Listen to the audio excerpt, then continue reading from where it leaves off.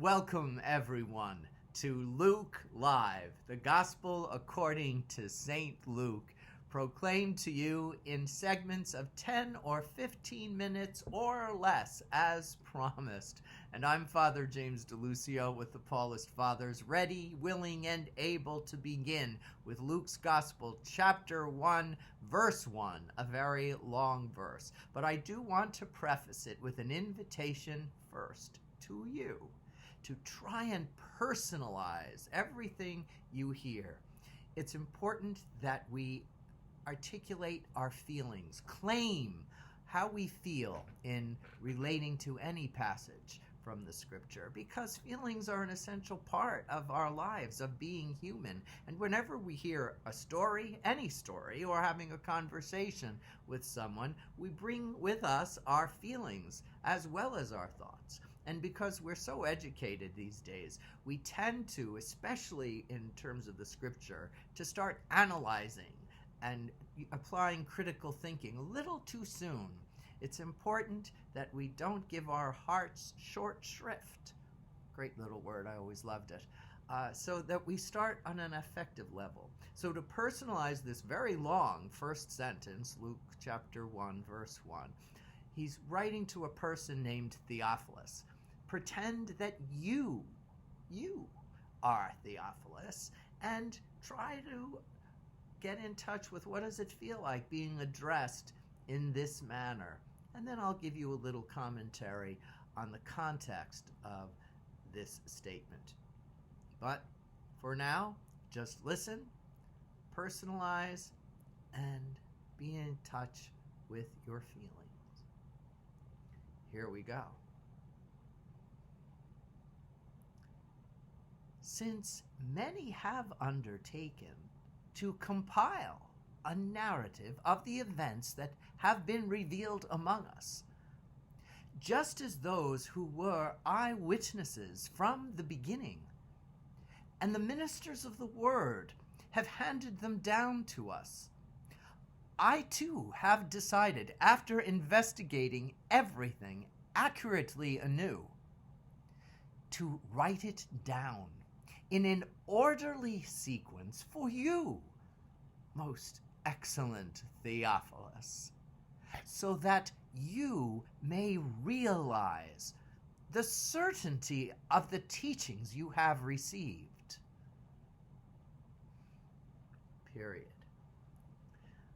What did it feel like to be addressed in such a way? What are you anticipating? Now, I suppose I should have said, but I hope you inferred that this address was going to be about the gospel. It was going to be about a faith story. It was going to be about Jesus. But whether you inferred that or not, that is, of course, what's to come. So how did you feel about it? The second thing is, of course, what do you know about this writer? What does the church know? The truth is, we don't know a great deal, but for a long time, the commentaries and the understanding of this gospel was that it was written by a disciple of St. Paul the Apostle, by someone who was very educated, because of all the writing in the Christian scriptures, what we call the New Testament. It is the most eloquent, it's the most sophisticated Greek of any other book or letter. And so with this educated Gentile, very fluent in Greek, it was also discerned that this writer, well, as I said, was a Gentile and not someone who is coming from the Jewish tradition. In that, the Gospel of Luke and the Acts of the Apostles, by the same author, are the only books of the entire Bible not coming from someone already grounded in the foundation of Judaism. And so, in a sense, this gospel and this writing is someone who was an outsider, but now who feels very much at the center of this faith in Jesus, the Jewish prophet, who proved for those who believe in him to be even more of a prophet. And he's writing to a person named Theophilus who's already known some of these stories. Theophilus is already somebody right in this community. But he's writing because evidently Theophilus and we need some more blessed assurance, some greater sense of certainty. And obviously, the writer anticipates that we and Theophilus want to take more time to really take these stories to heart. We're also blessed at the beginning of this gospel because he's the only writer who tells us the process by which he was inspired to write his gospel. The process was an oral tradition. Many have undertaken to take the stories from eyewitnesses and preachers over the decades, because most of the scholars tell us this was probably written around 85 AD, some 50 years or so after Jesus lived, died, and for those of us who believe, rose from the dead. It's in the second and third generation. It's being written down because many things were not. Initially, they thought Jesus was going to be returning very soon.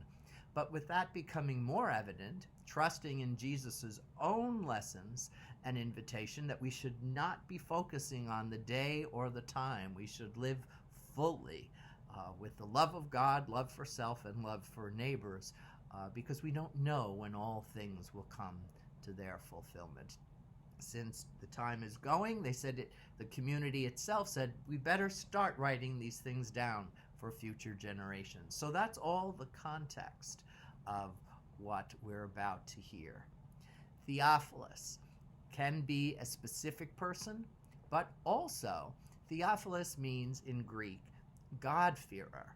Now this much we also need to know. It's important, the context of the time and place. At that point in time, and at the time of Jesus as well, there was a growing group of Gentiles who were previously believers in the pantheon of Greek and Roman gods, were very, very dissatisfied with their religion.